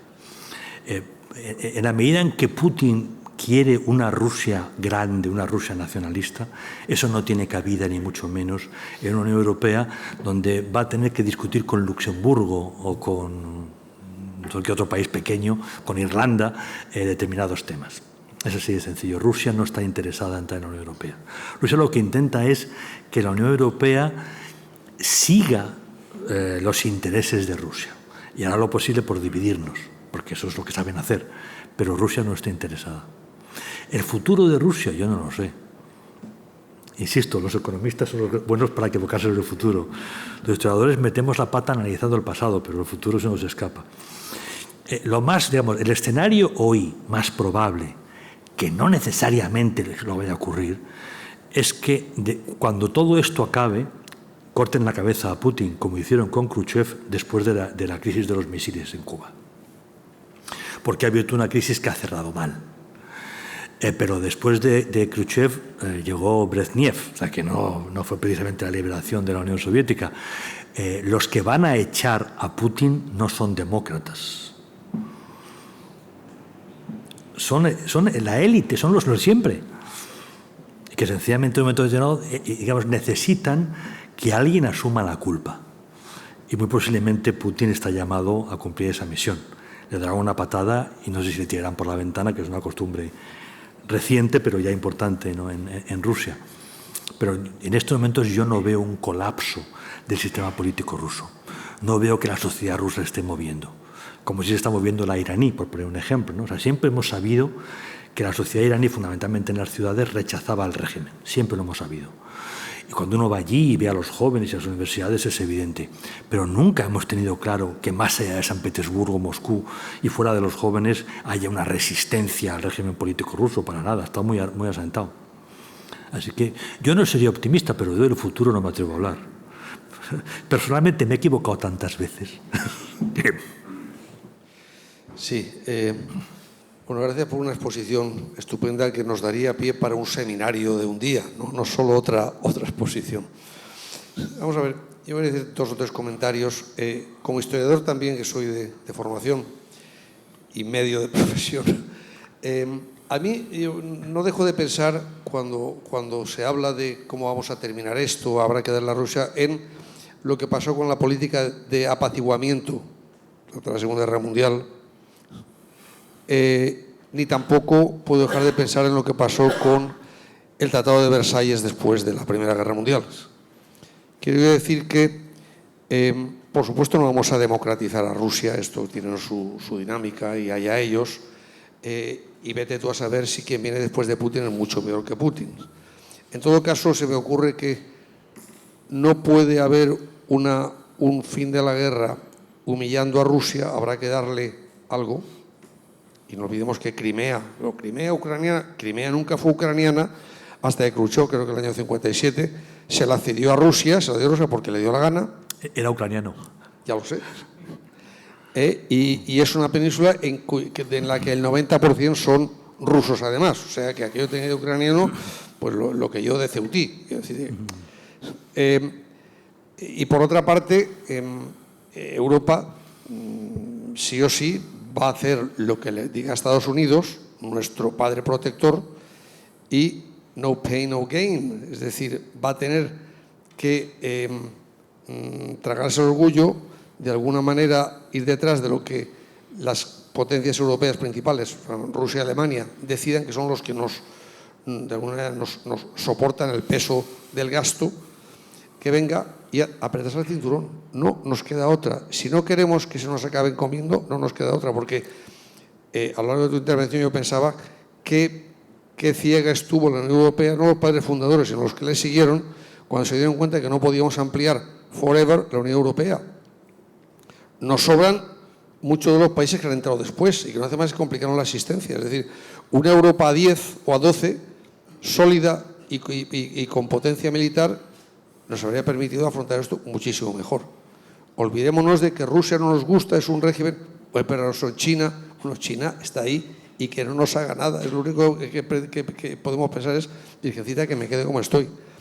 Pero el panorama del fin de la guerra, si se piensa alguien que se va a unir a Rusia, nos puede costar carísimo. Habrá que dar un entente y Ucrania tendrá que tragarse unas cuantas cosas. No sé, los comentarios en línea con lo que decías tú en tu magnífica conferencia. Muchas gracias, y le agradezco el comentario. O sea, yo creo que esa es la posición en las cancillerías. O sea, es verdad que Ucrania es Rusia desde fines del 18, si mal no recuerdo. La población ahora es rusa, pero era tártara originalmente. Es Stalin quien los limpia, pero evidentemente para Rusia Crimea no es objeto de discusión. Y yo sospecho, no tengo información, que esa es la posición mayoritaria en las cancillerías. Pero no sé qué opinan polacos y demás, que son importantes y que sobre todo, ¿cómo va a afectar esto al futuro de la cohesión europea? Yo digamos, tiendo a ser pesimista. Yo creo que son cicatrices que nos va a costar cerrar, pero mi impresión es esa misma. Por otro lado, de hace 2 días, si mal no recuerdo, tenemos unas declaraciones del jefe del Estado Mayor norteamericano aconsejando a Zelensky, ahora que le va bien las cosas, a negociar. La palabra negociar implica dividir. No hay más. Si negocias es para ver qué te quedas tú, qué me quedo yo. La victoria no requiere negociación, porque son las fronteras reconocidas por el derecho internacional. Por lo tanto, yo creo que los norteamericanos están pensando que ahora que han perdido los demócratas la Cámara Baja y como los republicanos no quieren entretenerse en la cuestión rusa, sino centrarse en la cuestión china, el mensaje que se está enviando a Zelensky es: vete pensando que hay que negociar porque no vamos a poder seguir manteniendo el nivel de ayuda. Entre otras cosas porque es la Cámara Baja la que mantiene la política fiscal y presupuestaria. La política exterior es más del Senado, pero la Cámara Baja mantiene el presupuesto y, por tanto, los republicanos van a empezar a estrangularlo. Entonces, yo creo que eso es, en estos momentos, la visión más general. Europa sale mal de todo esto. Sale francamente. Los alemanes peor. Y ahora lo fundamental es que seamos realistas y saquemos conclusiones de lo ocurrido. Antes, hablando del ideal europeo, yo como presidente de Para Europa España, digamos, soy bandera de ese idealismo. Necesitamos la unión política. O sea, los estados europeos no tienen tamaño crítico para actuar en un mercado global. Igual que hemos visto la concentración del sector bancario o de cualquier otro sector económico por el tema famoso del tamaño crítico, o sea, en función de cómo es el mercado, yo, actor, tengo que tener un tamaño. Pues los estados-nación de Europa no tienen tamaño crítico para actuar en política internacional. Necesitamos a la Unión Europea. Pero somos demasiado viejos, tenemos demasiada historia. Nuestras sociedades tienen cultura, resultado de la geografía y de la historia, que casan mal. Y por eso nos cuesta avanzar. Pero yo lo que espero es que saquemos lecciones de todo lo que está ocurriendo y finalmente nos demos cuenta de que hay que seguir avanzando. Igual que la crisis del año 8 o el COVID nos ha demostrado la necesidad de la unión económica, pues espero que la crisis de Ucrania nos enseñe que tenemos que estar mucho más unidos en política y, sobre todo, que tenemos que dotarnos de una política internacional, sí o sí. Porque el protectorado norteamericano está acabando. Estados Unidos no está por la labor. Respecto a lo que termina de decir, está encendido. Respecto a lo que usted termina de decir, aunque hubiera una unión política, ¿no cree que Europa continuaría siendo irrelevante dentro del marco internacional que se está definiendo? Todo depende del nivel de esa unión. O sea, en primer lugar, cada uno de los estados que conforman la Unión Europea, y somos muchos estados, tiene su política, tiene su historia, y son políticas coherentes con la geografía y con la historia. Cuando hablamos de una unión, no estamos diciendo que haya un gobierno europeo solo, sino que tenemos desde Bruselas que acompasar las políticas nacionales. O sea, no cabe una revolución constitucional en Europa donde acabemos con los estados y haya un único estado. ¿No? Eso no va a ocurrir. O sea, Francia, pasado mañana, no va a renunciar a ser un estado soberano. Lo que estamos diciendo y lo estamos oyendo en todas partes y lo estamos oyendo en Bruselas, es o hacemos un esfuerzo para converger y tener una única voz, o si no, sencillamente estaremos a expensas de las circunstancias. Si tenemos una sola voz, y eso es una voz clara, entonces seremos actor internacional. Porque, por otro lado, en términos económicos, en términos culturales, en términos de innovación, de industria, Europa es potentísima. Nuestra debilidad deriva de la desunión. Por lo tanto, depende del grado de unión, entonces seremos un actor más importante o un actor menos importante.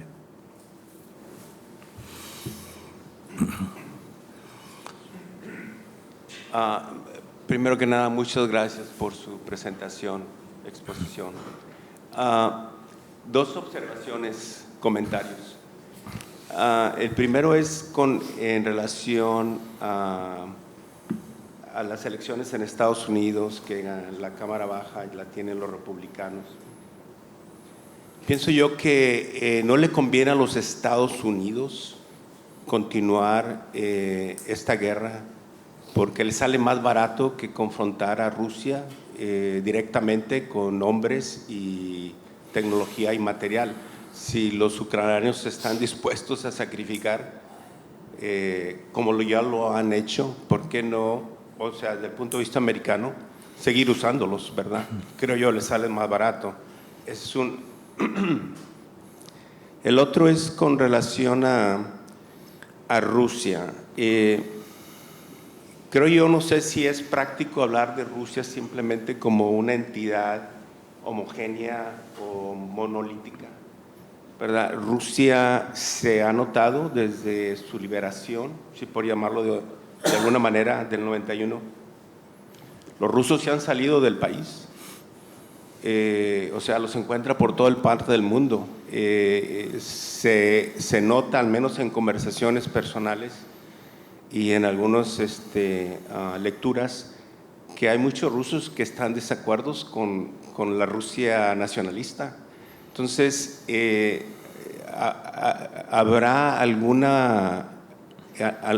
ángulo en que se pueda ver que existe la posibilidad en Rusia que haya una disidencia que crezca y pueda oponerse al régimen actual, que muchos piensan que esta gente son mafiosos, no son ideólogos, son mafiosos, de que se sabe que Putin tiene dinero, ha amasado gran cantidad de dinero, los oligarcas que están detrás de ellos han usado lo que odian, la globalización y el sistema liberal para enriquecerse. Entonces, no entiendo yo si la ideología que existe es una ideología de raíz o simplemente oportunista. Bueno. Muchas gracias por sus dos comentarios. El primero, la posición que usted ha descrito casa muy bien, por ejemplo, con el núcleo en torno al presidente Biden. Tanto su secretario de Estado como su consejero de Seguridad Nacional están en esa posición. Si a nosotros no nos interesa Rusia, Rusia ha cometido un error tremendo.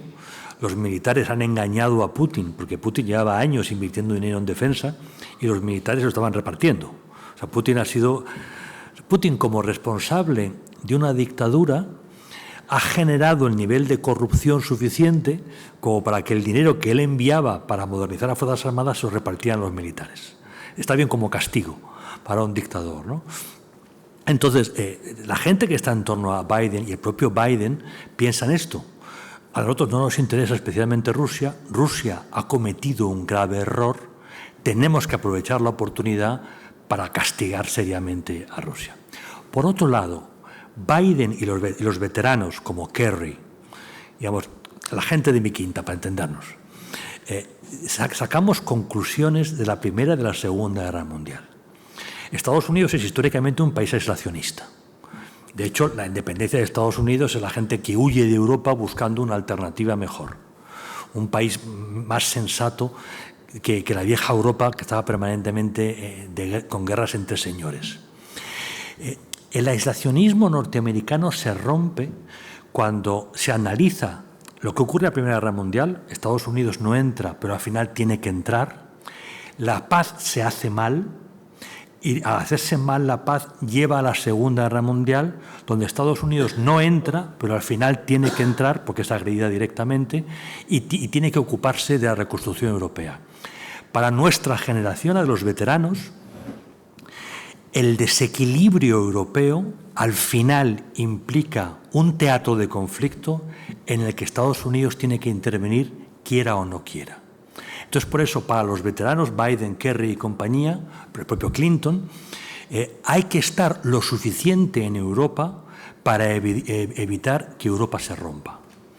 Esa no es la posición de los jóvenes demócratas, del nuevo Partido Demócrata, que ya es mayoritario. El sector nuevo ya es mayoritario respecto a los veteranos de guerra, a los centristas de la época de Clinton, ¿no? E igualmente ocurre con el nuevo Partido Republicano, que para nada se parece al partido de Ronald Reagan o de Bush padre o Bush hijo. El trumpismo es otro mundo, ¿no? Entonces, esa visión que usted presenta, que en parte yo comparto, porque soy un resto arqueológico de la Guerra Fría, es una visión, creo que minoritaria, pero todavía fuerte en Estados Unidos, porque están en la Casa Blanca. Pero vamos a ver cuánto pueden durar. Eso no lo sé. Yo creo que han empezado a girar a la vista de que se están quedando en minoría en el Congreso, en el Capitolio. El tema de Rusia. Las élites rusas llevan abandonando Rusia desde el 91. La historia de Google es la historia del hijo de un físico ruso que emigra a Estados Unidos. Pero en estos momentos tenemos un problema diplomático que está manejando discretamente, y es que un montón de jóvenes rusos muy educados están solicitando asilo. Asilo, perdón, no es un término técnico. No, están solicitando la posibilidad de llegar a España y llegar a otros sitios. ¿Por qué? Porque son muy pesimistas sobre la posibilidad de que esos jóvenes y no tan jóvenes, que en el fondo son demócratas, que son perfectamente occidentales, que son gente normal y muy cualificada, puedan hacer algo frente al régimen ruso. Recordemos que el anterior líder de la oposición fue asesinado y que el actual está en Siberia. Más lo asesinaron al anterior en un puente en el Kremlin, sin disimulos, ¿no? Iba paseando, le pegaron 2 tiros en Santas Pascuas. Quedó su cuerpo en uno de los puentes del Kremlin. Y el actual está en Siberia. Y estamos viendo lo que pasa con los oligarcas que manifiestan alguna crítica. Es decir, sí, en Rusia hay gente normal que quiere otra Rusia, pero en su visión es imposible hoy por hoy acabar con el régimen. Esa es la impresión que yo tengo desde aquí. Puedo estar equivocado. Si uno se pasea por el Levante, especialmente por Alicante, que no está muy lejos, se encontrará una perfecta selección de golfos oligarcas rusos y ucranianos. O sea, yo otro día estuve en Alicante, estaré la semana que viene, y me encontré con un Bentley formidable, matrícula ucraniana. O sea, mi deseo era coger una piedra y lanzársela a la cabeza, ¿no? O sea, los mayores golfos están aquí, o están en Emiratos Árabes, en Dubái, o están por ahí perdidos. Pero están.